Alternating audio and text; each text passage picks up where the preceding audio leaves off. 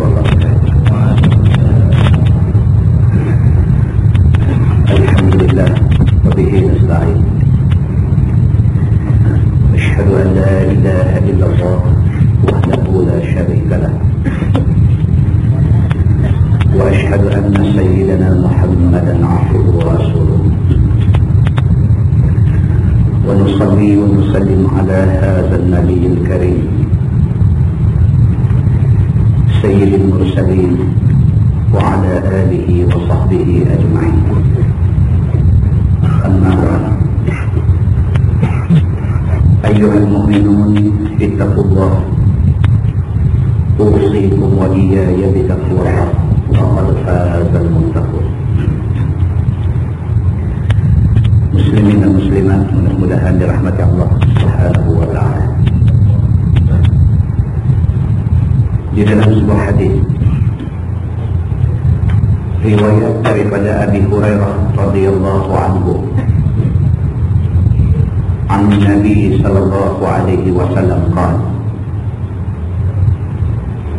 Ishtara rajulun min rajulin aqara فوجد الذي اشترى العقار في عقاره جرة فيها ذهب، فقال له الذي اشترى العقار: خذ ذهبك، إنما اشتريت منك الأرض ولم أشتري الذهب. وقال الذي له الأرض: إنما بعتك الأرض وما فيها. فتحاكما إلى رجل، فقال الذي تحاكما إليه: ألكما ولد؟ قال أحدهما: لي غلام. وقال الآخر: لي جارية. قال: أنكحا الغلام الجارية وأنفقا على أنفسهما منه فتصرفا، أو كما قال، متفق عليه. Abu Hurairah radhiyallahu anhu menceritakan, kata dia, Nabi sallallahu alaihi wasallam bersabda, kata Nabi pernah berlaku satu kes. Seorang laki-laki telah menjual sebidang tanah kepada satu laki-laki lain. Nabi nak cerita. Nabi kata, satu masa dulu, umat Nabi dulu pernah berlaku satu peristiwa. Satu orang jual tanah dekat satu orang yang lain. فَوَجَدَ الَّذِي اشْتَرَى الْعَقَارَ فِي عَقَارِهِ جَرَّةً.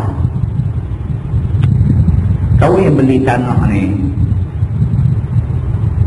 tiba-tiba dia mendapati dalam tanah yang dia beli itu ada satu bekas. Fiha zahab. Dalam bekas itu ada emas. Dia beli tanah. Bila dia nak mengusahakan tanah tu, dia jumpa dalam tanah tu ada satu bekas. Bila dia buka bekas tu, dalam bekas tu ada emas. Faqala lahu alladhi ishtara al-aqar. Maka kata pembeli tanah tu, khudh zahabak. Dia bawa emas tu, dia pergi bagi balik dekat kawan tuan punya tanah. Dia kata, khudh zahabak, ambil balik emas kamu. Dia kata, innama ishtaraitu minkal ard, kerana aku beli tanah, aku tak beli emas. Walam ashtari zahab. Dia kata, emas yang aku jumpa ni aku tak beli, aku beli tanah saja. Kebetulan dalam tanah yang aku beli tu ada emas. Jadi tanah tu hak aku, emas hak kamu juga. Wa qala alladhi lahul ard. Dan berkata pula kawan yang jual tanah tadi, dia kata, innama bi'tukal arda wa ma fiha. Dia kata, aku bila aku jual tanah, apa yang ada dalam tanah aku jual sekali lah. Begitu. Fatahakama ila rajul, maka tak puas hati dua-dua orang ni. Dia ni tak mau ambil emas tu kerana dia kata dia beli tanah, dia tak beli emas. Kawan tu pun tak mau ambil emas tu pasal dia kata aku bila jual tanah, apa yang hang jumpa dalam tanah tu hak hang lah. Susah macam ni. Ini yang cerita kata hadis ni, dia ada hadis macam ni. Maka oleh kerana tak boleh selesai masalah emas ni, tak boleh nak selesai, akhirnya dua-dua orang ni pergi cari satu orang untuk jadi hakim, nak selesaikan masalah pertikaian tentang emas yang dijumpai dalam tanah ni. Faqala alladhi tahakama ilaih, maka hakim yang dilantik untuk menghakimkan kes jumpa emas dalam tanah ni tadi, kata hakim tu, alakuma walad. Dia kata ni hampa dua-dua orang ni ada anak tak? Qala ahaduhuma li ghulam. Jawab seorang, dia kata aku ada anak jantan. Wa qala al-akhar li jariyah. Hak seorang lagi pula kata aku ada anak perempuan. Qala, maka kata hakim itu, ankiha al-ghulam al-jariyah. Dia kata lah macam ni, bagi anak hangpa menikah. Hang ada anak jantan, dia ni ada anak perempuan. Bagi anak jantan dan anak perempuan hangpa ni menikah dua orang. Wa anfiqa ala anfusihima minhu, maka gunakanlah emas yang dijumpai ini untuk belanja mereka ni dua orang. Fatasarrafa, dan yang lebih daripada itu, bersedekahlah pada jalan Allah. Muslimin dan muslimah yang dirahmati Allah sekalian, hadis ini kita biasa baca. Apa yang kita nak simpulkan ialah manusia ni macam-macam PL, macam-macam perangai itu ada. Ada setengah manusia ni jujur, baik, amanah, lurus, tak erti buat jahat. Macam yang kita baca dalam hadis tadi. Betul-betul dia beli tanah, tiba-tiba dalam tanah tu jumpa emas, dia kira emas bukan hak dia, pasal dia beli tanah. Punya jujurnya dia, punya baiknya dia, punya amanahnya dia, punya lurusnya dia, punya betulnya dia, sampai macam tu. Padan dengan kawan hak jual tanah tu pula, bila orang pergi bagi balik kat dia, dia kata aku dah jual kat hang, aku jual tanah, apa yang hang jumpa dalam tanah tu hak hang semua. Punya jujurnya dia, punya baiknya dia, punya amanahnya dia, punya lurusnya dia, punya betulnya dia, macam tu. Hadis ni nak beritahu dekat kita, ada manusia yang macam tu. Satu. Dan kita juga tidak boleh lupakan bahawa dalam dunia yang ada manusia jujur, manusia baik, manusia amanah, manusia lurus, manusia betul ini, ada juga manusia yang curang, manusia yang jahat, manusia yang khianat, manusia yang zalim, manusia yang gamak buat apa saja kepada siapa saja. Dan sebuah hadis lain juga riwayat daripada Abi Hurairah radhiyallahu anhu. Kata dia, annahu sami'a Rasulullah sallallahu alaihi wasallam yaqul, kanat imra'atani ma'ahuma ibnahuma, ja'a dhi'bu fadhahaba bibni ihdahuma, faqala li sahibatiha innama dhahaba bibnik, wa qalat al-akhar innama dhahaba bibnik, fatahakama ila Daud faqada bihi lil kubra, fakharajata ala Sulaiman فأخبرته فقال ائتوني بالسكين أشقه بينهما، فقالت الصغرى لا تفعل رحمك الله هو ابنها، فقضى به للصغرى، أو كما قال. Hadis sahih muttafaqun alaih. Hadis ni pula Abu Hurairah radhiyallahu anhu kata, Nabi sallallahu alaihi wasallam ada bercerita dekat sahabat-sahabat dia. Nabi kata dulu ada satu umat Nabi dulu ada berlaku satu kes di kalangan umat itu. Dua orang perempuan bersama dengan anak masing-masing. Nabi cerita ada dua orang perempuan, tiap-tiap seorang perempuan ni ada seorang anak. Ja'a zi'bu, tiba-tiba mai seekor serigala, fa zahaba bibni ihdahuma. Serigala ni buat lari seorang daripada anak depa ni tadi. Satu orang mak dengan anak kecil, satu orang mak dengan anak kecil. Tiba-tiba mai serigala pelari seorang anak, pelari pi. Bila pelari budak kecil ni, mak hak dua orang tadi ni masing-masing duk lawan kata hang aku. Kata hak seorang ni, innama zahaba bibnik. Dia kata serigala buat lari anak hang, dia kata. Wa qalatil ukhra, hak seorang lagi pula kata innama zahaba bibnik. Dia kata tak, bukan buat lari anak aku, dia buat lari anak hang, dia kata. Nampak? Dia tak sama dengan kihak tadi. Kihak tadi ni baik betul-betul lurus jujur yang teramat-ramat dua-dua orang tadi, dua-dua tak mau ambil mat. Kih ni pula dua-dua perempuan ni dua-dua nak claim kata anak tu anak dia. Walhal takkanlah mak tak kenal anak dia, tapi niat tak elok. Walaupun dia tahu anak dia yang kena pelari dengan serigala tu tinggal seorang, dia mengaku hak seorang tu anak dia, walaupun dia tahu hak tu bukan anak dia. Maka kata hak seorang ni, dia kata serigala ni innama zahaba bibnik. Serigala buat lari anak hang. Dia ni kata tak, bukan anak aku, anak hang, dia kata. Fatahakama ila Daud. Dua-dua dijumpa Nabi Daud alaihi salam. Minta Nabi Daud jadi hakim, selesaikan kes ni. Kes anak siapa sebenar-benar yang serigala buat lari, hak tinggal ni anak siapa. Faqada bihi lil kubra. Nabi Daud alaihi salam dia memutuskan anak hak tinggal ni adalah anak kepada perempuan yang lebih tua. Dia tanya hang berapa umur, hang berapa umur? Dia kata anak hak tinggal ni anak perempuan yang lebih tua. Nabi Daud buat hukum macam tu. Fakharajata ala Sulaiman. Tak puas hati dua-dua orang ni. Pasal apa? Pasal kawan hak tak dapat anak ni dia tak puas hati. Dia kata anak dia. Maka akhirnya dua-dua buat keputusan lah macam ni kita pergi jumpa seorang lagi. Jumpa pula Nabi Sulaiman alaihi salam. Nabi Sulaiman, Nabi Daud hidup selama.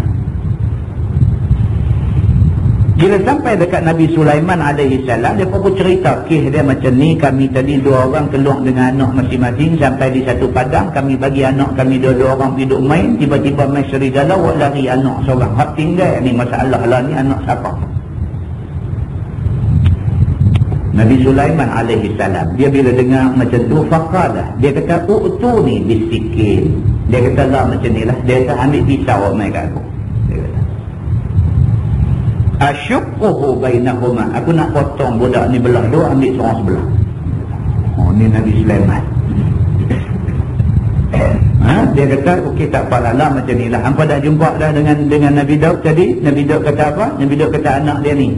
Hampa tak puas hati Kalau aku kata anak dia ni pun hampa tak puas hati juga. Lah macam ni. Kalau hampa nak puas hati, ada satu cara. Uqtuni bisikin, buat main pisau kat aku. Dia kata aku nak belah budak ni, hampa ambil seorang sebelah balik. Faqalatis sughra, perempuan hak muda sikit bila dengar macam tu, dia terus kata, dia kata la taf'al, dia kata jangan, dia kata kalau sampai nak potong budak kecil ni tak salah, dia kata la taf'al, jangan buat macam tu. Rahimakallah, mudah-mudahan Allah rahmati kamu. Dia kata huwa ibnuha, tak apalah bagilah anak ni kepada kau sayang, bagi kat dia. Dia kata dia tak sampai hati bila dengar nak potong budak ni bagi terbelah dua. Dia kata ni bukan dia cerita lah, ni beginilah. Dia kata huwa ibnuha, ambillah anak ni jadi anak dia ni, anak kau aku ni, ambil bagi kat dia. Dia kata Nabi Sulaiman alaihi salam bila tengok macam tu faqada bihi lisughra. Nabi Sulaiman kata kalau macam tu jelaslah anak ni anak dia. Pasal itu dia sayang kat budak ni. Muslimin dan muslimat ini yang dirahmati Allah sekalian. Apa yang kita nak beritahu ialah manusia ni dia ada dua. Ada waktu kita jumpa manusia ni jujur, baik, amanah, lurus, betul.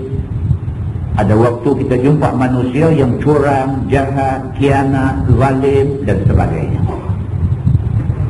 Persoalannya ialah kita nak duduk di mana? Manusia tetap ada dua.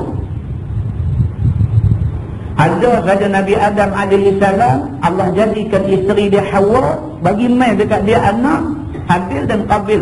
Jadi dua lah. Habil cara Habil, Qabil cara Qabil. Akhirnya Qabil tak puas hati, Qabil bunuh Habil. Manusia dah jadi dua. Start daripada adanya Habil dan Qabil, start daripada berlakunya kes pembunuhan yang pertama di atas muka bumi, apabila Qabil bunuh Habil, sampai hari ini, sampai kiamat, manusia akan ada dua. Persoalannya ialah kita ni nak letak diri kita di mana? Sama ada kita nak jadikan diri kita orang baik, ataupun kita nak jadikan diri kita orang jahat. Yang penting Islam suruh kita fikir macam mana nak jadi diri kita orang baik. Yang ni kerja kita sebagai orang Islam.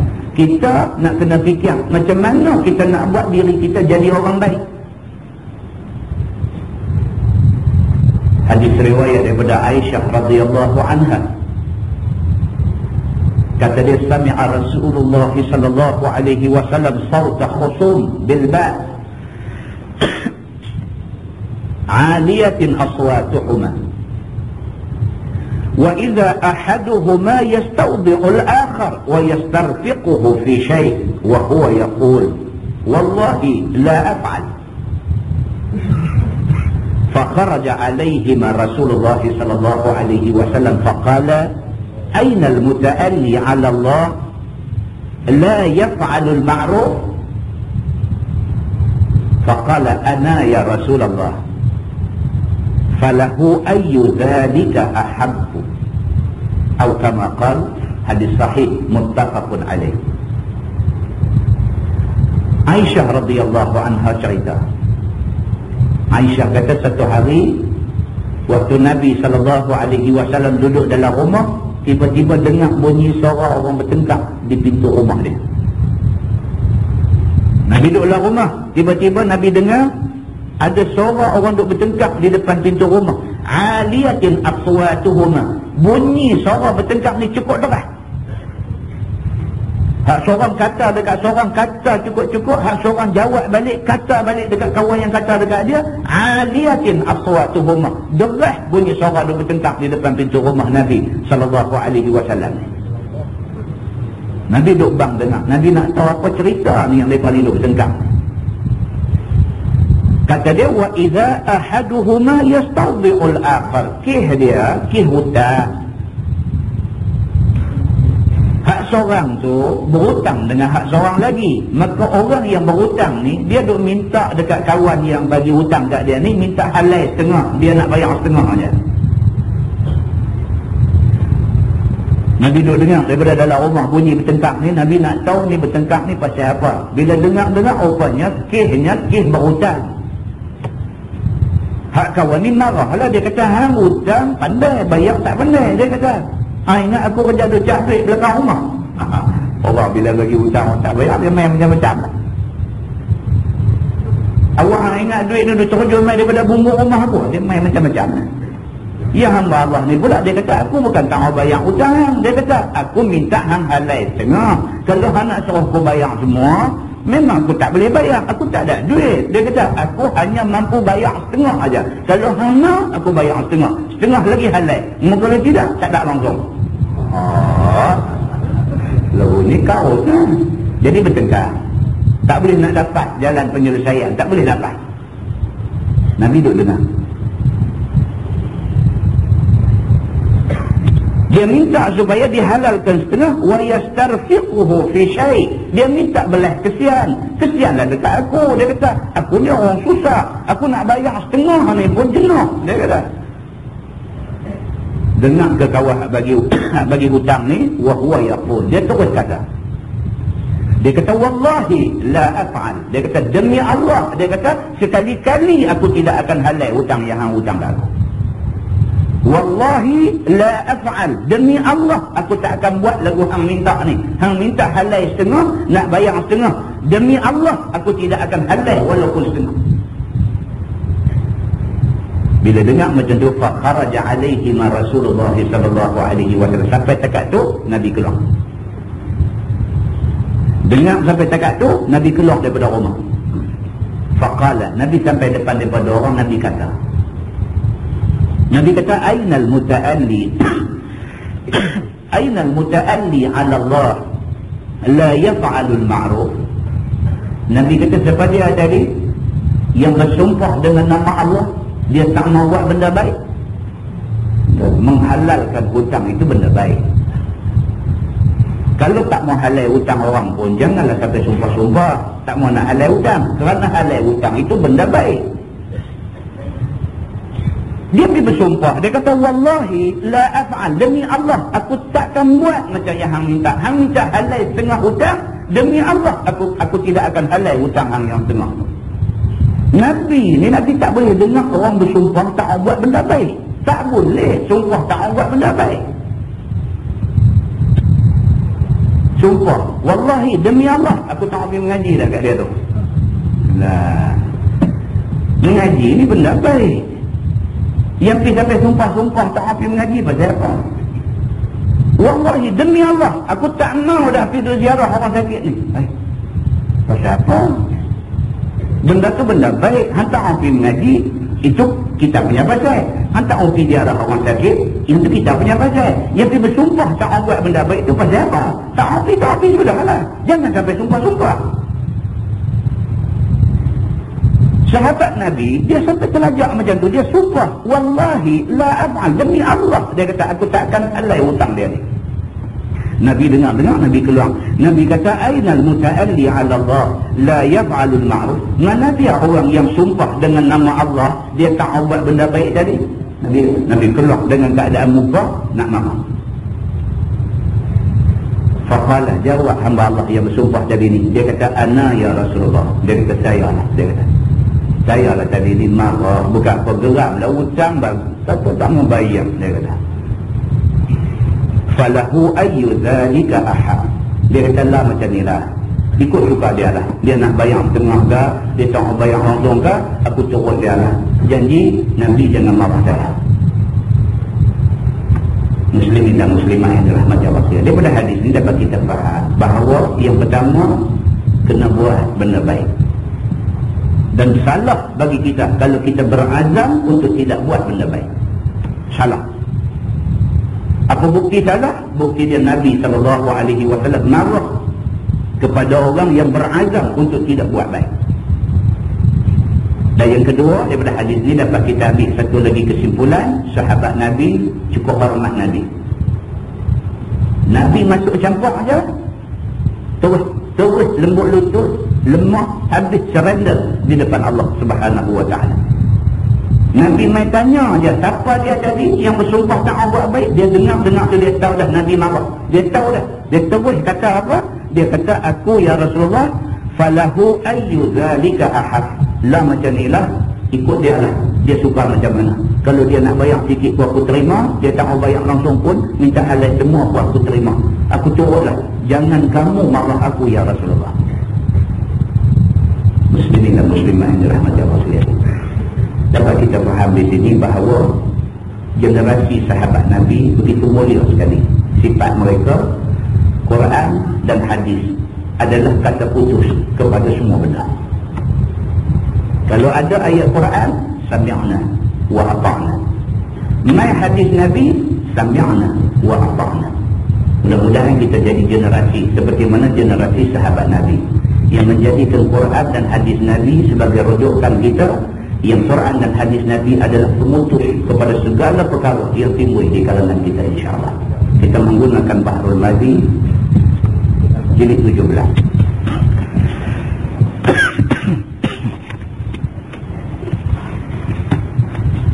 Muka surat 147. Muka surat 147. Kita masuk satu bab baru, bab majaa fi tarki at-taraffu'i fi thiyab tawadhu'an lillah. Itu bab yang datang pada menyatakan meninggalkan tinggi pada pakaian. Kita nak tengok satu tajuk malam ni, di mana dalam tajuk ni dia nak beritahu dekat kita, Islam suruh kita belajar hidup sederhana walaupun kita mampu hidup mewah. Begitu. Islam suruh kita belajar hidup sederhana walaupun kita mampu untuk hidup mewah. Kita mampu pakai pakaian mahal, kita pakai pakaian biasa. Begitu. Ketahuilah saudaraku, adalah bertinggi-tinggi pada pakaian itu ialah adab yang tidak bagus dan tidak terpuji pada syarak. Berlebih-lebih pada pakaian. Kan? Necktie saja harga RM3,500. Oh, jangan buat terkejut, ada orang pakai mahal pada tu. Kan? Oh, kita dengar necktie RM3,500. Contoh pun bagilah menasabah kita kata. Tak. Ada tie harga sampai belas-belas ribu. Satu tie aja belas-belas ribu harga. Kita tu pakai RM13.50 kan. Jadi kita dengar RM3,500, kita kata tak menasabah. Kan? Jadi meninggalkan benda ni yang terlampau-lampau mewah ni teruji pada agama, dia kata.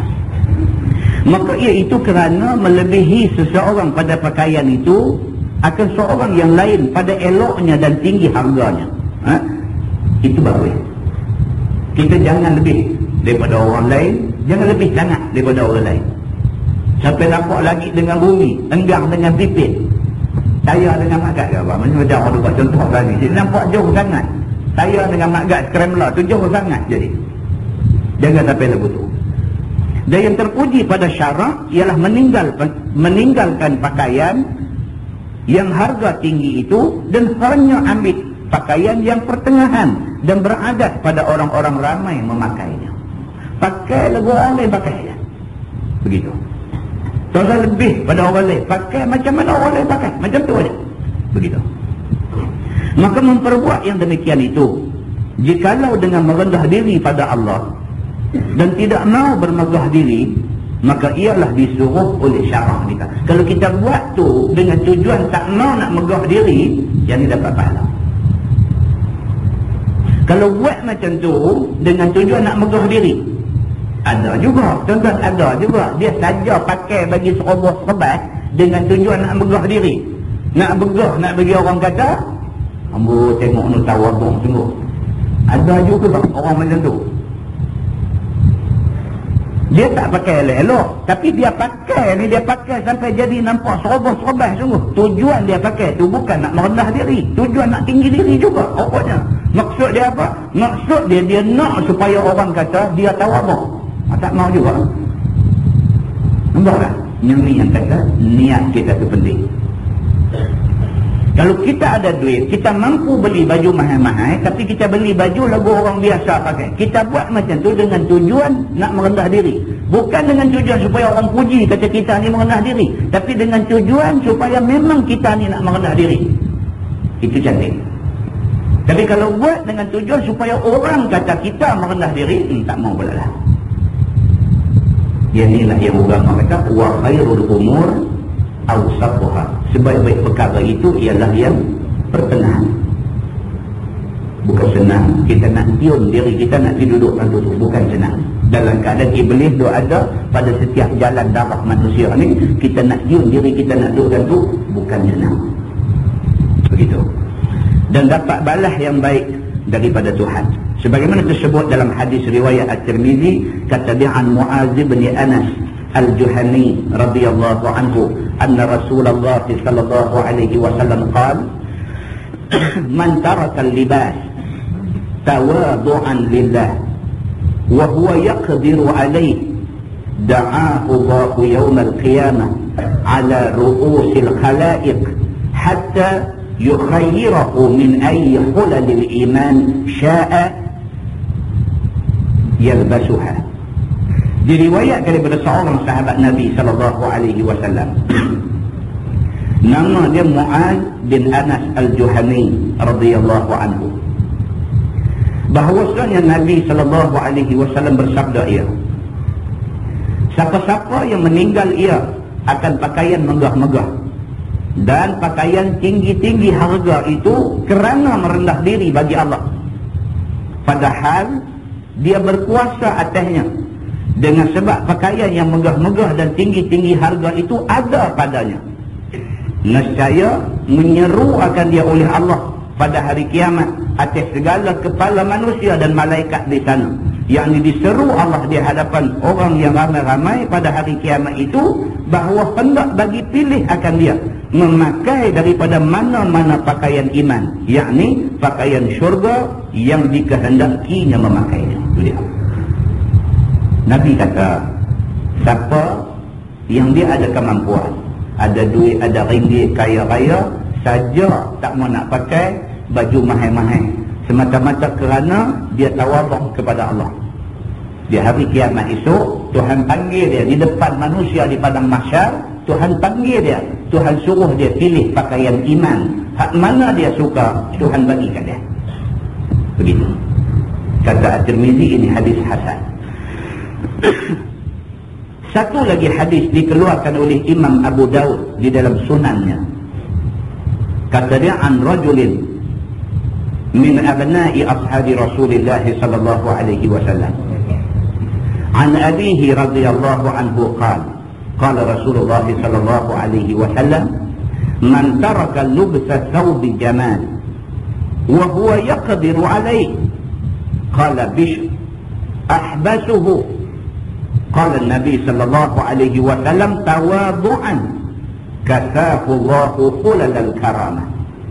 Diriwayatkan daripada seorang laki-laki daripada anak-anak sahabat bagi Nabi sallallahu alaihi wasallam, daripada bapa dia radhiyallahu anhu, kata dia telah bersabda Nabi sallallahu alaihi wasallam, barang siapa meninggal ia akan pakaian yang bagus-bagus, padahal berkuasa ia atasnya membelinya ataupun ada di sisinya.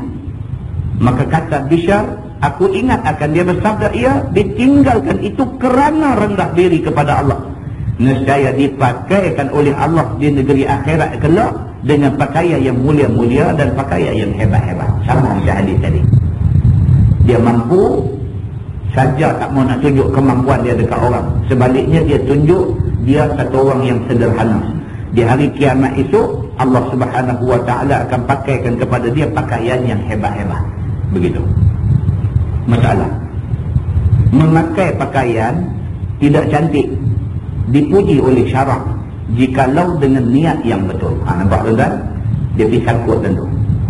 Memakai pakaian yang tidak cantik dipuji oleh syarak. Maksud agama puji orang yang pakai orang yang pakai lebih kurang ni dengan syarat. Dia kata dengan syarat niat mau betul, seperti niat tak mau bermegah-megah dan tak mau berelok-elok rupa di hadapan makhluk, ataupun tak mau berlawan segak akan pakaian. Itu niat yang betul.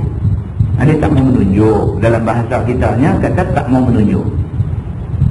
Dia kalau nak pakai lebih pada hak orang untuk menunjuk pakai tu, dia boleh pakai, tapi dia tak mau menunjuk. Tentu pernah tengok apa nama Presiden CAP, Presiden CAP, Persatuan Pengguna Pulau Pinang, Presiden dia SM Idris tu, jutawan. Belum pernah jumpa dia. Kalau jumpa tak tahu kata dia jutawan. Sentiasa jumpa bila pun dengan baju Melayu, dengan kain pelikat, dengan capat. Macam tu aja, jumpa bila pun tak pernah jumpa dia pakai macam mana orang yang ada duit juta-juta, tak pernah. Bila pun jumpa dia baju Melayu, pakai kain, pakai capat, pakai kepiah selai. Itu aja. Dah biasa dah, hidup dia dah biasa dah, macam dia tak erti nak pakai lagu lain tu, dia tak erti. Nampak? Tawaduknya dia kepada Allah Subhanahu wa ta'ala. Begitu. Kita duduk jumpa banyak yang buat kemas, duit tak ada. Itu duit ada banyak. dan tengok sebenarnya tak ada apa. Dia betul. Nah, muslimin dan muslimat yang dirahmati Allah sekalian. Dia kata bermula dalil yang menunjukkan atas terpuji yang demikian itu ialah hadis-hadis yang dahulu ini dan hadis-hadis yang akan datang. Dia kata banyak hadis yang Nabi sebut tentang benda ni. Nabi nak suruh kita orang Islam ni tak semenunjuk begitu. Di antaranya dia kata an Abi Umamah bin Sa'labah al-Ansari wasmuhu Iyas radhiyallahu anhu qala. Abi Umamah bin Sa'labah al-Ansari ini nama dia sebenarnya Iyas. Zakara ashabu Rasulullah sallallahu alaihi wasallam yawman 'indahu ad-dunya faqala Rasulullah sallallahu alaihi wasallam ala tasma'un innal bazzazah minal iman yakni at-tafahul. Diriwayatkan daripada seorang sahabat Nabi sallallahu alaihi wasallam dipanggil orang dengan nama Abi Umamah bin Sa'labah al-Ansari dan nama dia yang sebenar ialah Iyas radhiyallahu anhu. Kata Abu Umamah telah disebut oleh beberapa orang sahabat Nabi sallallahu alaihi wasallam pada satu hari di sisi Nabi akan dunia. Satu hari Nabi duduk dengan sahabat-sahabat. Mai satu orang duk cerita ke Nabi ni, duk cerita benda yang berkaitan dengan dunia. Duk cerita dia masuk tenda tu tak dapat, duk cerita dunia yang itu zaman tu tak ada tenda apalah. Tapi maksudnya bercakap tentang soal dunia. Dua abang kata kontrak tu, dua abang kata syarikat ni kawan ni nak beli, abang cerita dunia. Bila duk bercakap di sebelah Nabi pasal dunia ni, maka sabda Nabi SAW, mengapa tidak mendengar sekalian kamu? Mengapa tidak mendengar sekalian kamu akan sabda aku? Nabi kata, ala tasma'un. Ala tasma'un. Nabi kata, hampa ni tak dengar ke? Yang aku duk bercakap selama ni sampai kering rengkung duk bercakap kat hampa, apa tak dengar ke apa yang aku cakap? Itu maksud dia. Nabi duk bercakap pasal akhirat, Nabi duk bercakap pasal kita kena tingkatkan ibadat, Nabi duk bercakap kalau kita buat apa pun atas dunia, mestilah hak kita buat ni menjurus kepada kesenangan akhirat. Bukan Nabi tak lagi menyaga, tapi Nabi ingatkan kalau nak menyaga, jangan lupa benda-benda yang ada kaitan dengan akhirat. Menyaga, untung besar, ingat nak tolong orang. Menyaga, untung besar, ingat nak bantu Islam. Menyaga, bila untung besar, jangan lupa diri, jangan sampai tak semayang. Menyaga, bila untung besar, jangan guna duit keuntungan untuk nak membinasakan Islam. Ini agama, bukan agama tak bagi menyaga, bukan agama menentang pembangunan, bukan agama tak mau buat apa-apa benda yang berbentuk ke dunia, bukan agama tak bagi, bukan agama larang, tapi agama mau buat apa pun matlamat dia untuk akhirat. Memang dia cerita pasal dunia, semata-mata dunia, tak ada sangkut langsung dengan akhirat. Nabi bila dengar macam tu, Nabi sadar. Nabi kata, ala tasma'un. Nabi kata, hampa tak dengar ke yang kuduk habang selama ni? Hampa tak faham ke apa yang kuduk terang selama ni? Nabi kata, yang ni hendaklah dengar akan sabda aku ini. Nabi kata, dengar apa yang aku kata, bahawasanya tidaklah berhias pada pakaian itu daripada iman. Nabi kata di antara benda yang kuduk ingat dekat hampa ni, pakai ni jangan lebih-lebih. Nabi kata, kalau sekiranya hampa jaga pakaian hampa tak sampai berlebih-lebih, maka jaga tu sebahagian daripada iman. Nabi kata, bahawasanya tidak berhias pada pakaian itu daripada iman. Nabi kata kalau berlebih-lebih, itu dah luar daripada iman. Yakni memakai dengan pakaian buruk itu terpuji pada syarak, kerana tidak mendatangkan ia akan membesarkan diri. Itu maksud dia.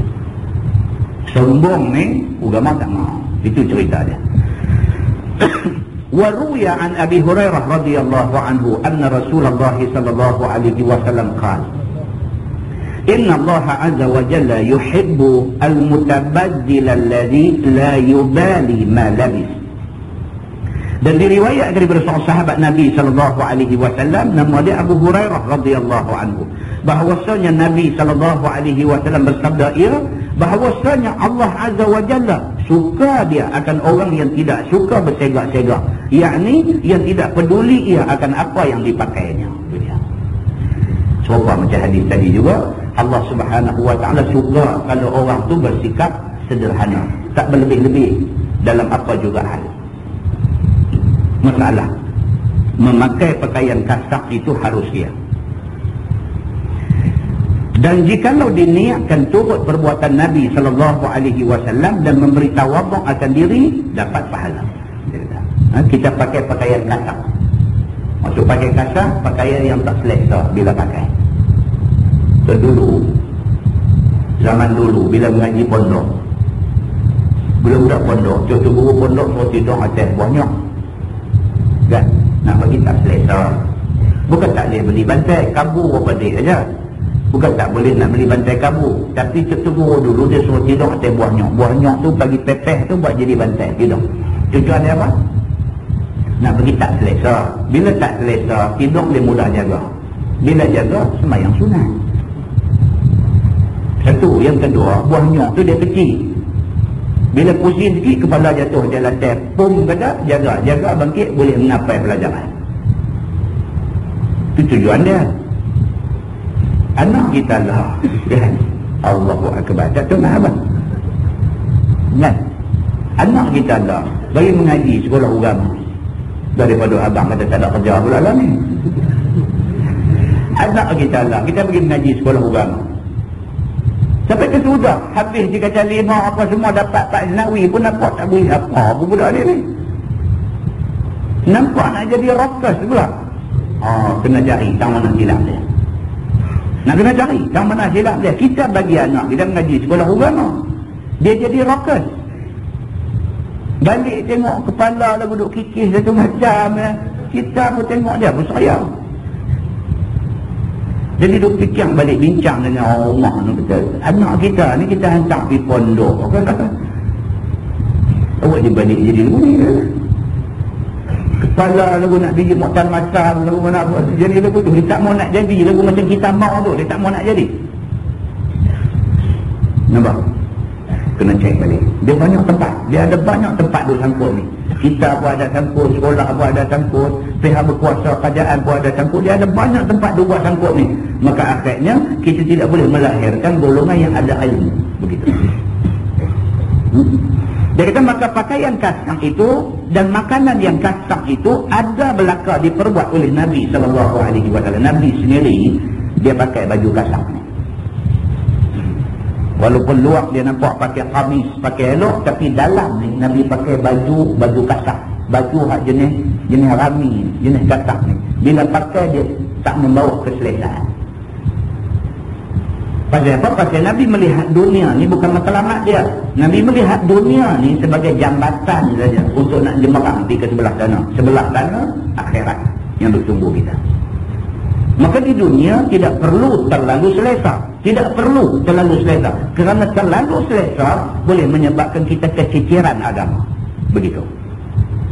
Sebagaimana datang khabar di dalam hadisnya begini. Dia kata an Anas radhiyallahu anhu anna Rasulullah sallallahu alaihi wasallam akala khashina wa labisa khashina labisa as-suf wa ihtaza al-khusuf qila lil Hasan mal khushnu qala ghalidh ash-sha'ir ma kana Rasulullah sallallahu alaihi wasallam la yasiruhu illa bi jur'atin min ma'.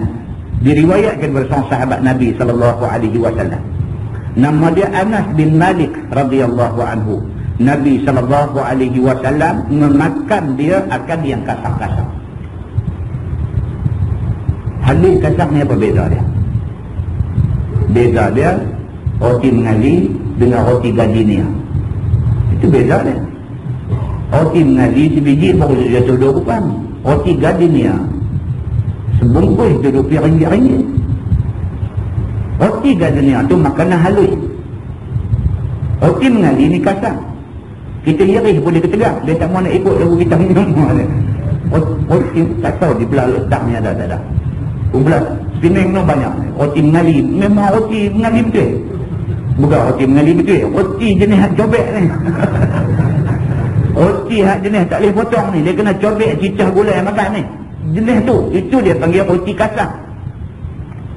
Roti gardenia ni dia potong halus elok. Dia rasa dia pun lain. Nabi SAW tak rasa lah gardenia ni. Nabi ni dia makan apa? Dia makan makanan hak jenis kasar-kasar. Begitu. Dan memakan dia akan yang kasar. Dan memakai dia akan yang kasar. Memakai dia akan bulu. Dan memakai dia akan cerpu yang bertampak. Nabi kalau pakai kasut, kasut pun tampuk. Ada hadis tuan-tuan. Nabi kasut dia cari, dia jahit sendiri. Nabi SAW begitu. Maka ditanya orang bagi Al-Hasan, apa makanan kasar yang dimakan oleh Nabi SAW? Jawab dia, iaitu syair yang kasar. Tiada ada Nabi SAW menelan akan syair itu, melainkan bertolong dengan telan air. Nabi makan syair ni, syair hak kasar ni. Nabi makan, kalau tak tulang ayam tak lepas. Nak habaq kata makanan tu bukanlah makanan yang sedap, bukan makanan yang selesa bagi kebanyakan orang makan. Beza ginilah, kita kata anak kita dengan anak orang yang lagi susah daripada kita. Anak kita nesto. Anak orang susah, makanan kasar. Makanan kasar apa? Ikut dan pisang-pisang, dan roti manyak. Roti manyak, dia tanya budak umur 3 bulan. 3 bulan umur. Roti manyak tu, dia boleh rendam dalam air teh, dia ramai-ramai lampu, dia lepas pokok. Anak dia ada kena roti manyak rendam dalam air teh. Oh ni, anak dia ni macam kereta kebal. Ni musim hujan apa semua ni, dia keluar pergi, tak ada gaduh payung, tak ada gaduh apa, jatuh parit naik sendiri. Lalu tak ada apa, sakit tak, demam tak, apa tak, belagang mutu-mutu terbalik. Dia apa? Oh, anak kita ada kena nestor ni. Ya Allah, keluar sikit aja, keluar daripada kereta, nak lintas main masuk pintu rumah tu, kena air hujan 4-5 titik, merosin piung demam seminggu. Jangan buat pasal. Ni hak jenis dia makan kasar ni, dia lasak tu. Dan dia tengok dekat dengan rumah dia tu. Oh, anak dia ni dahsyat semua. Nak baru 4 jam ke rumah, botol motor sekali, botol kereta sekali. Betul kata bunyi, orang di kedai ni pakat sapu di atas jalan. Dia bagi balik rumah. Bodoh rumah 4 jam, bagi balik rumah. Aku tak ada apa tu. Sawah langgar ni pula takut turut pergi sampai ke rumah, pergi nak tanya abang kat mak dia ni, anak dia ditunjuk duduk main pula dah. Anak ada, mak dia kata anak saya, saya minta maaf, dia belengak dia jadi. Tak apa kot mak dia kata. Pasal dia duduk main balik. Tak apa kot mak dia kata. Anak kita ada makan esok ni tuan. Balik sekolah tengok catak sikit tepi telinga ni. Telefon berusak saya. Ada cikgu buat apa kat anak saya tadi. Catak tepi telinga. Ni nak cerita kata makan kasar dengan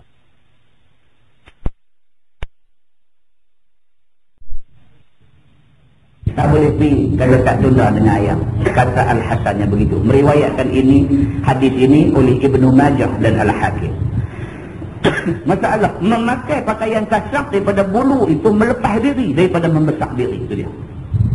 Nanti kata manusia kalau dia duk latih diri dia pakai ni tak usah bagi nampak hebat sangat, dia sebenarnya melatih diri dia supaya tak jadi orang yang sombong dan besar diri. Dan tersebut dalam hadis ada beberapa perkara yang melepaskan diri daripada takabur itu. Dengarlah hadisnya. Dia kata an Abi Hurairah radhiyallahu anhu qala Rasulullah sallallahu alaihi wasallam bara'atun minal kibr lubusus sawf wa mujalasatu fuqara'il muslimin wa rukubul himar wa i'tiqalul 'amdi awil ba'ir. Diriwayatkan daripada seorang sahabat Nabi sallallahu alaihi wasallam. Nama dia Abi Hurairah radhiyallahu anhu. Telah bersabda Nabi sallallahu alaihi wasallam, bermula kelepasan daripada besar diri itu iaitu Nabi kata di antara cara-cara kok boleh kita buat. Kalau kita buat, kita boleh terlepas daripada sifat besar diri. Iaitu dia kata yang pertama memakai pakaian bulu. Pakai baju tak elok. Boleh lepas daripada besar diri. Pakai baju biasa aja, ala kadar biasa aja. Dan yang kedua, masuk duduk dan sama berbual dengan orang-orang fakir. Melazimkan diri kita dengan orang susah. Jangan tak. Ada orang lah ni, dia tengok orang miskin ni macam orang bawa penyakit kusta. Dia takut. Dia tengok orang miskin tu dia takut. Dia tengok orang miskin mai tu dia nak lari lah. Seolah-olah miskin tu satu penyakit yang boleh berjangkit ke dia. Kalau ditakdirkan dia tak sedar, berdebuk kata kawan tu mai duduk sebelah dia, dia rimah ni, Allah yang mengetahui. Dia nak bangkit cungit. Dia tak boleh duduk, dia lemah. Dia berasa saat lagi tanda dia jatuh dengan kanan kawan ni duduk sebelah. Dia berasa macam-macam lah. Kalau kita boleh pergi duduk sekali dengan orang susah, orang miskin ni, boleh pergi duduk sebelah dia, kita berjaya runtuhkan besar diri yang ada dalam diri kita. Nabi kata begitu. Yang ketiga, dan menunggang keldai. Dia kata naik keldai. Kalau naik kuda hebat lah. Naik Mercedes hebat lah. Kan? Sekali-sekali naik motor Honda 50. Jangan mahal balik lah ni. Mahal balik lah ni. Honda 50 tu hak lampu jatuh kecil, mahal balik lah ni. Ada satu orang beli baru dia kata 5,000 dia beli. Kata hang ni terbit taman. Dia kata pergi beli motor Honda 50 harga 5,000. Dia tak mau dengan tu. Dia ambil hal lain. Contoh benda lain. Hak bila bawa ni berasa lagi. Naik basikal, magat pun tak ada di jalannya. Bukan kerana nak ragat, tapi kerana miskin ni sampai magat pun tak ada. Kayu rakak pun tinggal tajam begitu je. Kayu yang tu saja. Allahu Akbar. Orang tengok, dia ni menghina diri semua. Ya. Sama lah dengan zaman dulu naik keldai lah. Zaman dulu kalau naik keldai ni orang miskin lah.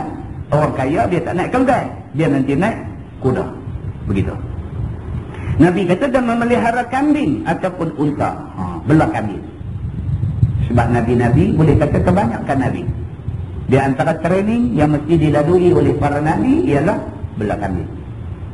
Kan? Pasal apa? Satu, belah kambing ni orang pandang rendah. Yang kedua, kambing ni contoh perangai. Perangai kambing ni macam manusia. Kan? Hak mana hak tak bagi, hak tu dia nak. Kambing macam manusia. Hak mana hak haram tak boleh, tu dia punya training nak buat ni. Serupa kambing. Kambing kita tanam pokok mampelam, 2 pokok. Hak satu pokok kita tabur pagang, hak satu pokok kita tabur pagang. Dia buat tak pandang ni, hak tak ada pagang ni, dia buat tak pandang. Dia pergi ragas hak pagang tu juga. Dia tu tak. Pokok sama aja, tapi dia mah hak dalam pagang. Perangai tu, nampak? Nabi SAW dulu belah kambing. Jadi Nabi reti. Dia kata manusia ni macam kambing perangai dia. Kan? Jadi oleh kerana Nabi ada pengalaman belah kambing, Nabi reti macam mana nak kelola manusia. Muslimin dan muslimat yang dirahmati Allah sekalian. Telah meriwayatkan hadis ini oleh Baihaqi dan lainnya. Tajuk baru bab ma jaa fil bina kullihi wa bal. Yang ni lagi haru tu kan. Itu bab yang datang pada menyatakan membuat rumah semuanya jadi bala. Dia kata.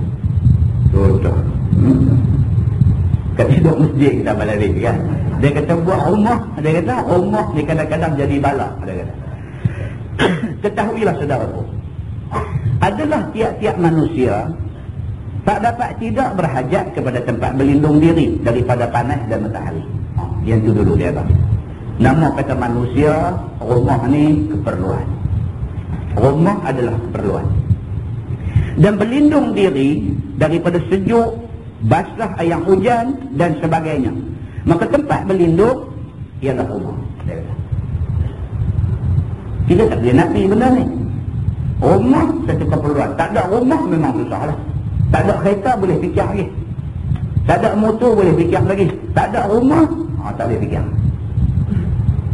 Tak ada rumah, maksudnya rumah sendiri pun tak ada, rumah sewa pun tak ada. Itu maksud tak ada rumah. Bukan kata maksud tak ada rumah ni, tak ada rumah sendiri, ada rumah tak. Tak ada rumah pun tak ada rumah, tak ada tempat nak duduk berlindung ni, tak ada. Tak boleh fikir. Kok mana pun kena ada satu tempat untuk kita nak tumpang berlindung, untuk kita tumpang berteduh dan sebagainya. Sama ada rumah tu rumah sendiri ataupun rumah sewa, itu soal lain. Soalnya manusia perlu ada satu rumah. Begitu. Maka rumah itu jikalau diambil dan diperbuat akan dia atas kadar yang tak dapat tidak, bagi memelihara diri dan juga ahli dan keluarga, maka iaitu tiada tegak dan tiada celah pada syarak. Kalau kita ni ada rumah itu sekadar untuk kita dan keluarga kita duduk tumpang berteduh, itu tidak jadi salah. Tidak jadi salah. Islam tidak larang kita memiliki rumah. Begitu. Tapi kalau sampai peringkat dah dapat dah rumah low cost, pergi bohong kata tak dapat lagi, nak ambil sebiji lagi buat sewa, dah ada 2 pergi bohong pula lagi, ambil 3 buat sewa dan sebagainya, ini melampau. Ada juga macam tu. Bermula yang dicela oleh syarak itu ialah membuat rumah tempat kediaman yang melampau-lampau. Yang ni agama tak bagi. Yang ni berhabis-habis wang dan habis usaha kepadanya. Tuan tahulah buat rumah. Tapi orang pun tengok rumah ke apa ke ni, penjara ke tujuh negara ke apa, jadi orang sampai dari keliru lalu tu, sampai tak tahu kata apa benda ada dalam tu. Begitu. Seperti membuat rumah batu besar dan berlapis-lapis, cukup pula dengan beberapa banyak biliknya. Buat rumah bilik sampai ada 56. Jahat. Bukan Sultan Brunei punya istana berapa bilik tu lah. Fikir orang sendiri. Ada orang rumah ni ada macam-macam. Rumah dia duduk satu, rumah hujung minggu pergi rehat satu, rumah hak jenis kondominium satu. Kan? Ini semua masuk dalam kategori melampau-lampau. Dan cukup halamannya dengan taman bunga dan jalan batu dan pagar besi dan pagar kayu dan lain-lainnya. Ini macam-macam. Ya. Allah boleh tengoklah. Landscape saja satu kontraktor asing. Pagar dia saja sama dengan 5 biji rumah banglo orang lain. Pagar dia saja sama harga dengan 5 biji rumah banglo orang lain punya. Baru pagar dia. Landscape dia belum cerita lagi dan sebagainya. Ini dah sampai peringkat ni melampau-lampau. Tentu tengok apa jadi dengan Syah Iran. Rumah ataupun istana Syah Iran duduk dulu ni. Siapa pun tak tahu untuk tengok jauh ke rumah dia. Sekali bila Syah Iran jatuh, rumah Syah Iran ini, kerajaan Iran yang kemudiannya jadikan hospital di Iran. Istana Syah Iran yang begitu punya hebat tu, bila Syah Iran jatuh, istana dia tu, kerajaan baru jadikan hospital. Bila jadikan hospital, orang sakit pakat masuk. Bertambah-tambah sakit, orang sakit ni terkejut masuk tengok macam ni rupanya rumah dia. Kita tak pernah tahu rumah dia lagu ni selama ni. Melampau. Yang dia kata melampau-lampau. Apa tuan-tuan? Apa nak buat sampai tarah mana sangat? Kan? Rumah ni beda tak kena hujan, tak kena panas. Beda kita balik kerja penat-penat, masuk kita rasa tenang, cukup lah. Cukup lah. Sampai dinding pun balu dengan emas, sampai pokau dah. Nampak Islam dia tak mau lah. Kalau pergi sampai peringkat tu, Islam menganggap itu melampau-lampau. Begitu. Maka yang demikian itu dicela oleh syarak kerana membuang harta pada berluas-luas pada dunia. Ini bukan-bukan dah cerita. Ini cerita dah bukan-bukan. Dan ada pun jikalau ambil rumah dan buat seperti yang tersebut itu kerana menjadikan rumah pemelihara orang-orang sakit, ataupun tempat orang mengaji, ataupun tempat tinggal orang yang menuntut ilmu, dan rumah yang akan jadi diperbuat akan mengambil sewanya, kemudian sewanya pula buat nafkah diri sendiri dan orang yang diberi nafkahnya, dan rumah yang dijadikan wakaf orang musafir, dan rumah yang diambil sewa kerana berbuat sedekah dan tolong fuqara dan penuntut-penuntut ilmu dan penolong sebarang maslahat muslimin, maka semuanya itu tidak dicela oleh syarak. Dia kata kalau buat rumah besar, tujuan dia apa? Nak buat mengaji kitab di bawah. Yang ni tak apa. Ataupun dia buat rumah besar. Lepas tu dia duduk sebahagian dia bagi sewa. Duit sewa tu guna untuk infak pada jalan Allah. Yang ni tak apa, dia kata. Kalau tidak dengan kerana yang dia sebut tadi, buat rumah besar dengan tujuan nak tunjuk kaya, dengan tujuan nak tunjuk sombong, dengan tujuan nak habaq dia ada duit banyak dan sebagainya, maka tanggung dosa di depan Allah. Dia macam tu. Tuan-tuan, banyak orang dia fikir lagu ni, dia fikir duit aku dia suka. Rupanya agama tak fikir lagu tu. Ya. Kita kena ikut otak kita. Kita kata kita yang kerja, kita susah payah kerja. Rezeki ni kita cari dengan duit, dengan titik peluh halal. Kita dah dapat duit, kita nak senang sikit, kita nak buat macam mana, kita punya suka lah. Kita bukan curi duit orang, kita bukan sambung duit orang.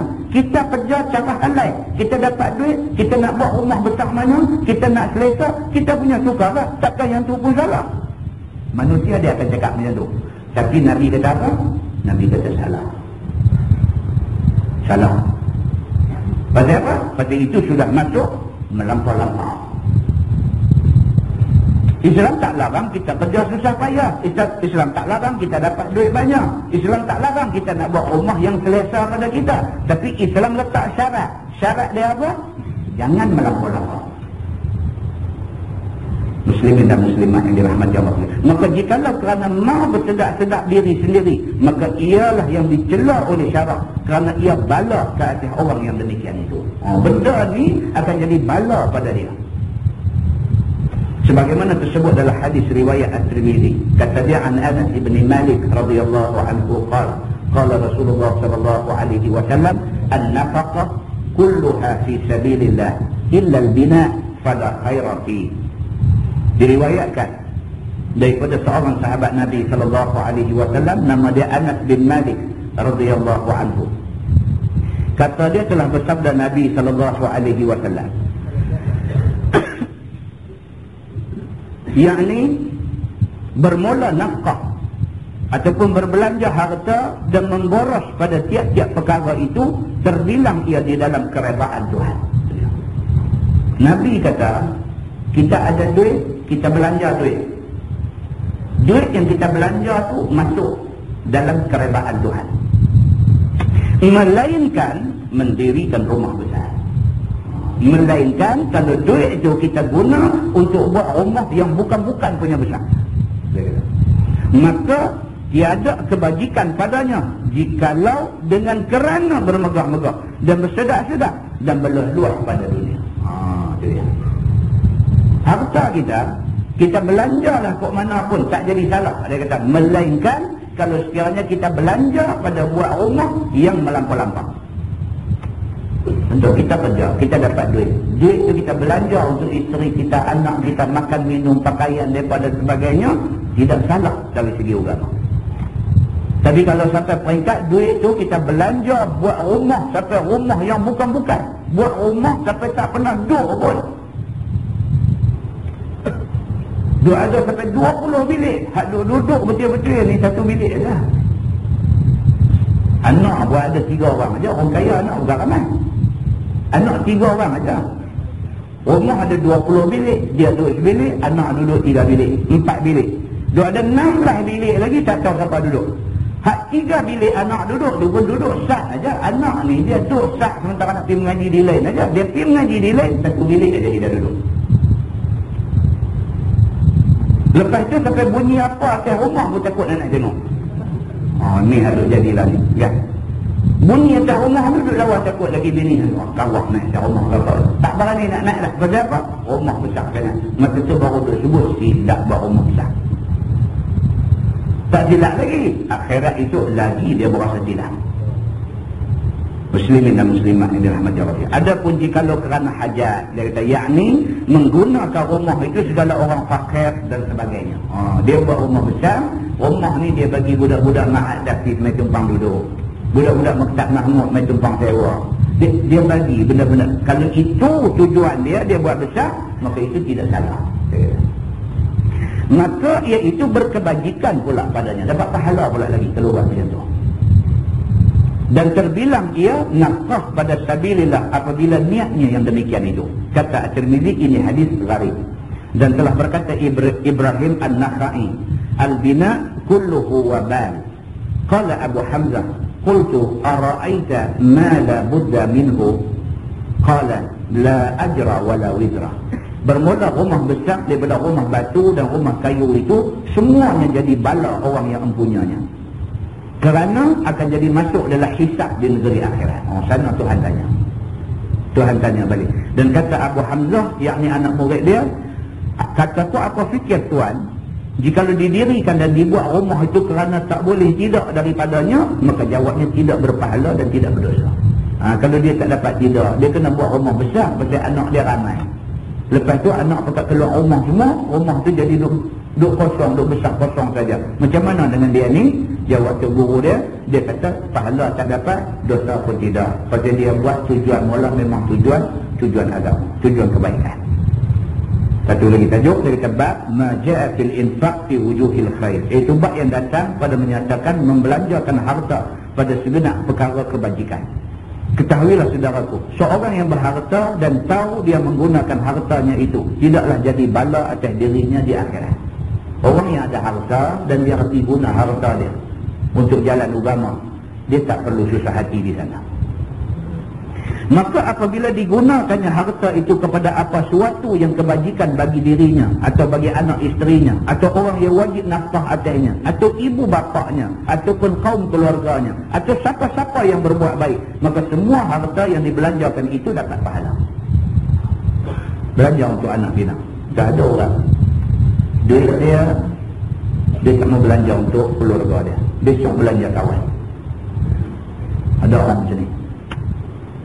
Anak bini dia, cukup payah nak dapat duit dia. Kopek duit ni sorok kata. Ilaha illallah. Buat satu penyakit. Buat sorok kata. Jadi satu benda tu duk fikir hari ni nak sorok tangan, esok nak sorok tangan. Hari ni duk uah bancai, esok lagu duk uah teh mari, lusa buah belakang mati air. Bila gagal nak ambil duit tu kena kalah mati di belakang peti air tu baru ada akal. Dia nak lari daripada isteri dengan anak dia. Tapi dengan kawan-kawan, berapa duit pun tak apa. Ini tak bagus. Ini tak bagus. Keutamaan dia apa dia? Pada keluarga. Lebihan kalau nak belanja kawan itu tidak dilarang oleh agama. Begitu. Seperti dibelanjakannya pada makan minum mereka itu, atau pakaian mereka itu, atau pada sakit demam mereka itu, atau pada mengajar mereka itu. Belanja benda ni untuk keluarga. Belanja untuk sakit demam mereka, makan pakai mereka dan sebagainya, untuk perbelanjaan sekolah dan sebagainya, atau pada hal kemaslahatan dunia yang jadi penolong akhirat mereka itu. Belanja untuk keduniaan, tetapi dengan kerana itu akhirat dia esok jadi baik. Begitu. Ataupun dibelanjakan tempat ibadatnya dan tempat tinggalnya, ataupun dia pergi belanja untuk orang-orang yang buat kerja agama. Dia tengok satu tok guru mana kalau punya Allah mengajar ni, Allahu Akbar. Tuan dia bercerita di Kemboja. Kemboja tadi. Ada satu ustaz tu balik daripada Al-Azhar Mesir. Balik mengajar di Kemboja. Mengajar nak bagi orang kampung dia reti faham agama. Punya mengajar. Daripada ada duit sampai lah dia tak ada apa berjalan kaki.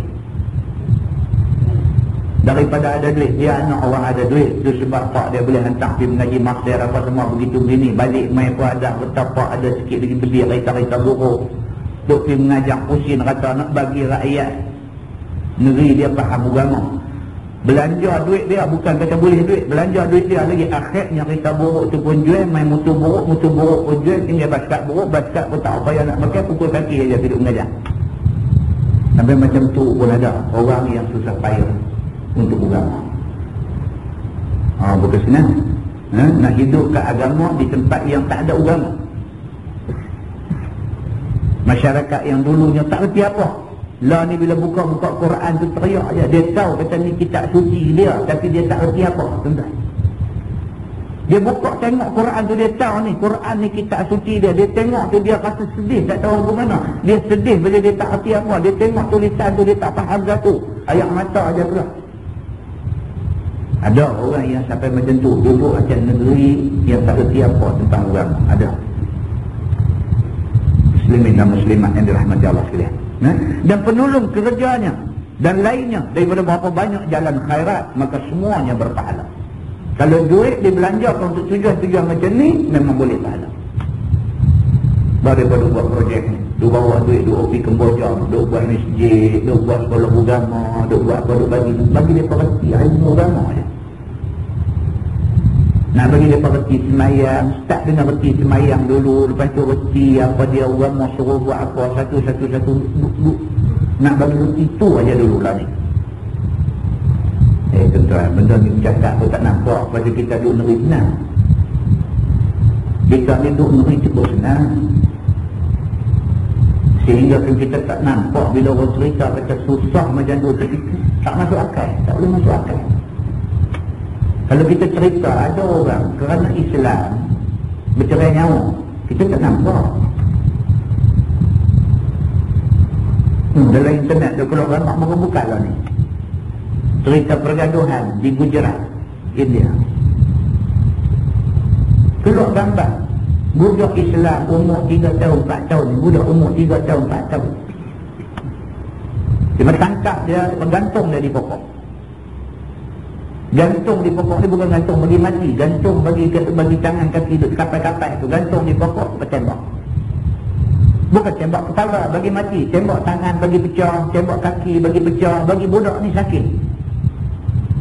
Dia punya bencinya, dia punya meluatnya dekat Islam ni, sampai dia gambar buat lagu tu dekat orang yang beragama Islam. Walaupun budak tu tak reti apa lagi pada Islam, baru umur 3 tahun, baru umur 4 tahun, dia gambar buat lagu tu kerana benci dia pada Islam. Gantung bagi duduk kapal-kapal tu, tembak kena tangan pecah. Budak 3 tahun, 4 tahun menjerit. Ambil petrol, jurus, cucuk bagi menyala.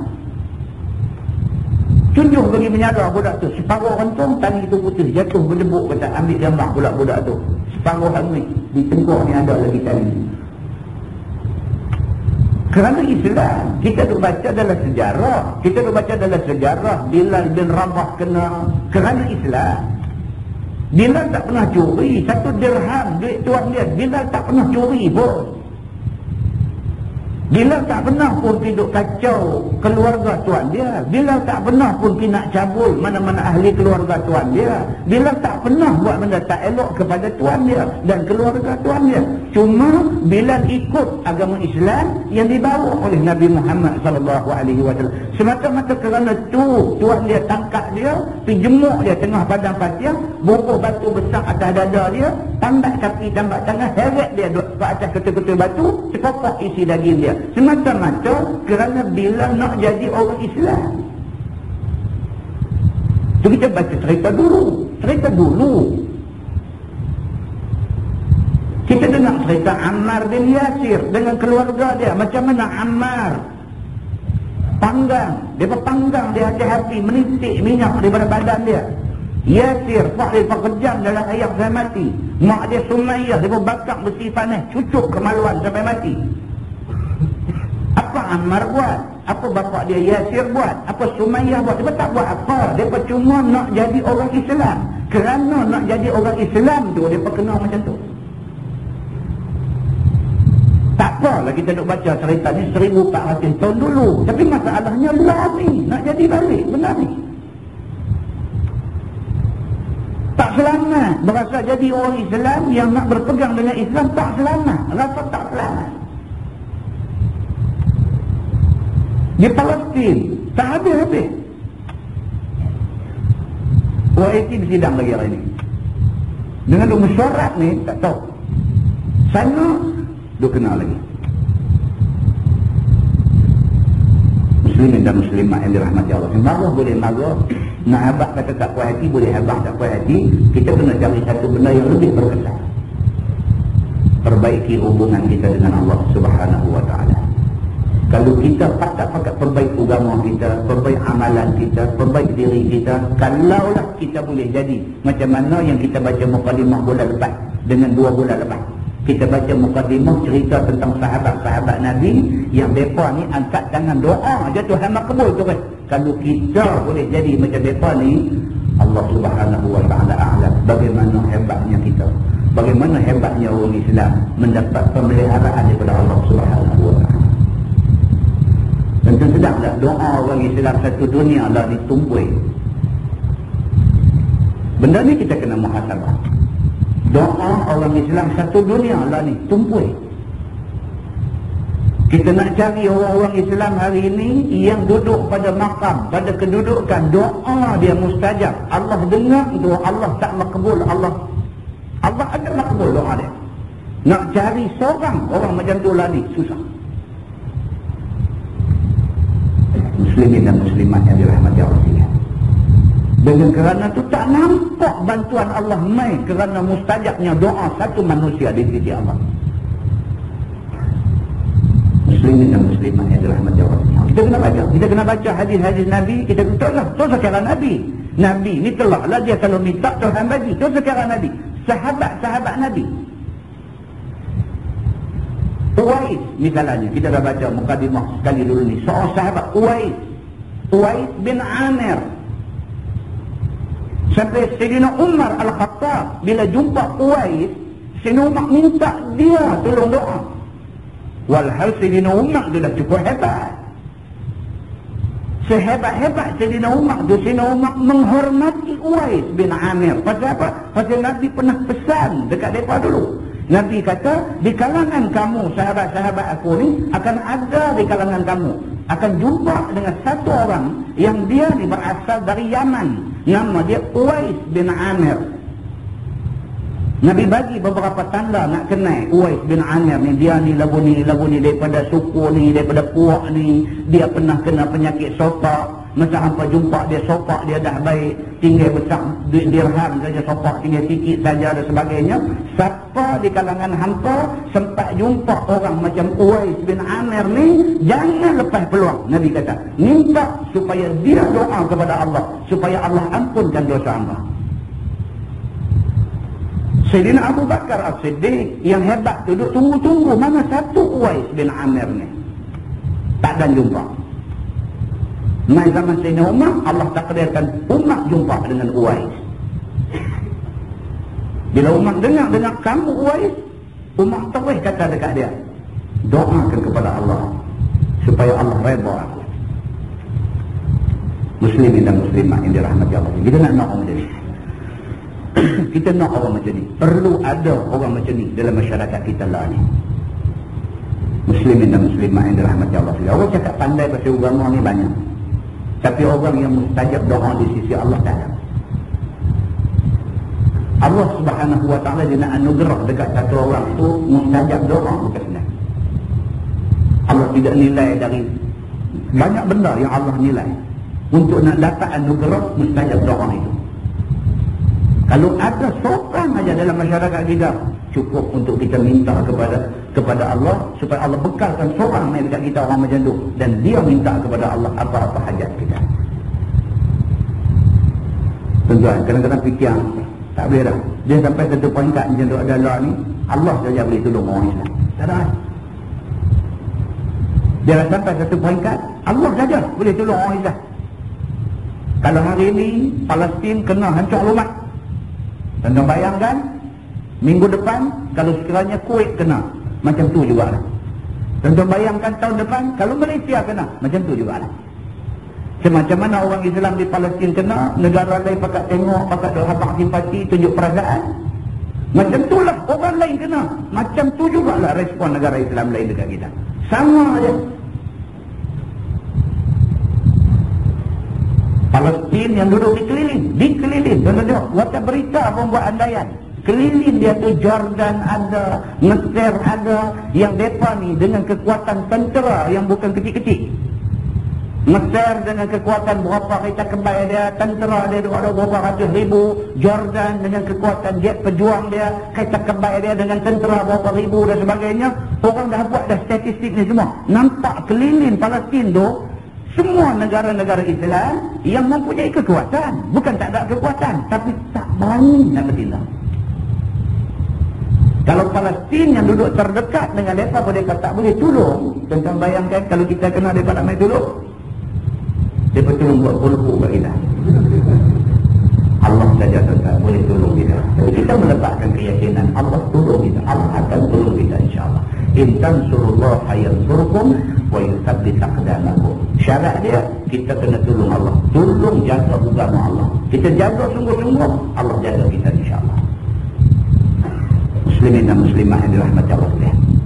Dia kata bermula rumah besar daripada rumah batu dan kayu itu semuanya jadi bala pada orang yang mempunyainya, kerana akan jadi masuk dalam hisab negeri akhirat. Dan kata Abu Hamzah muridnya, apa fikir tuan? Dia kata guru dia kata jikalau didirikan dan dibuat rumah itu kerana tak boleh tidak daripadanya, maka tidak berpahala dan tidak juga berdosa. Dia kata kalau kita buat juga dengan tujuan-tujuan yang dibenarkan oleh agama, tapi kemudiannya benda tu jadi terbengkalai saja. Kita buat rumah besar pada anak ramai, kemudiannya rumah tu anak berkeluar jadi besar saja, kita tak bersalah kerana itu, dan kita juga tidak dapat pahala. Dia kata wallahu a'lam. Jadi kita masuk bab ma ja'a fil infaq fi wujuhil khair.